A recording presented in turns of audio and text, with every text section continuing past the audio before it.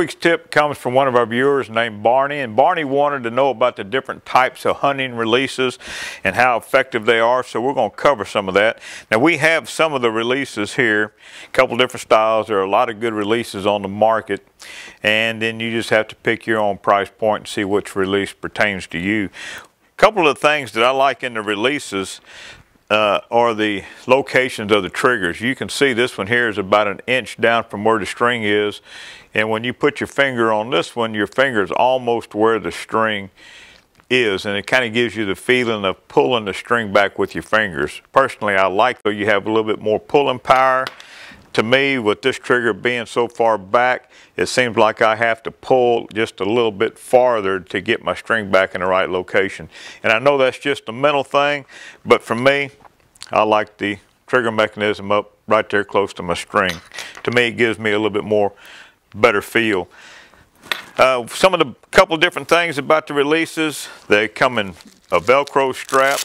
Some people like that, some people don't. Most people prefer the buckle.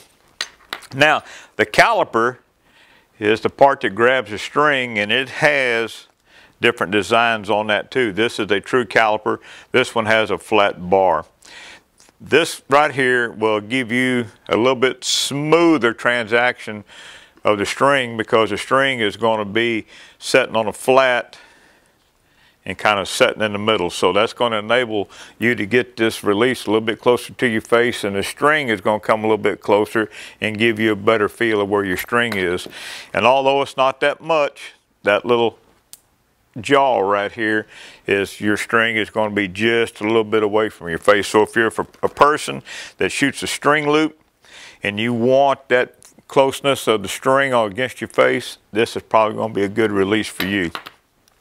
These work on string loops just as well as any other release. I shoot the caliper like this, and when I come back, I still have good string position on my face. All of them are, not all of them, but most of them have some adjustment. This has an adjustment screw. This has a web strap that you can adjust it. When they also make some that have a hinge here, and then your caliper will fall down. Then again, this is a personal choice. When I'm in the stand, I like to know where my caliper is, where my handle is. This particular one right here, this is always going to be dangling down, and then if you move or something like that, then you're going to be banging it and clinging it on your bow. And an untimely move and making a little bit of noise could be a bad situation for it, because you're liable to spook your game away. This one, the caliper will adjust out, and it has a stop nut to get it to the hand position that you want it to. It also has a trigger that is close enough to the string and still gives you a good feel of being in control of your string. The back tensions, some people will shoot back tension releases like this or similar to this. It has a little hook that helps you hook onto your string a whole lot quicker. These, you kind of have to watch them a little bit to make sure that you guide the caliper on over your string loop or your string.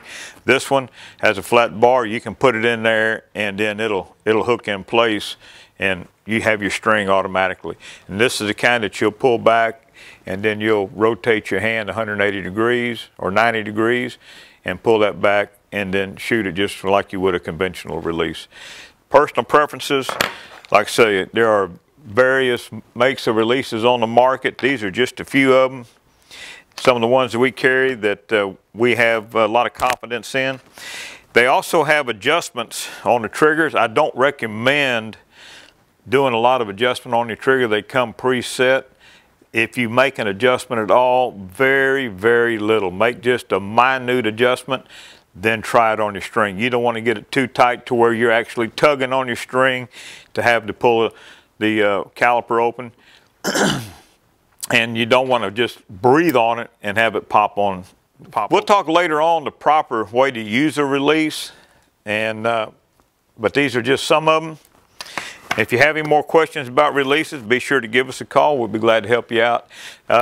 Adam wrote in. He wants to hear some tips on bow fishing and recurve setup for bow fishing.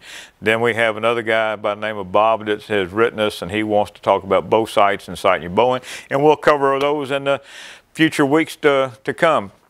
I'm Dave Leining. That's your archery tip of the week, and we'll have you pumping blood.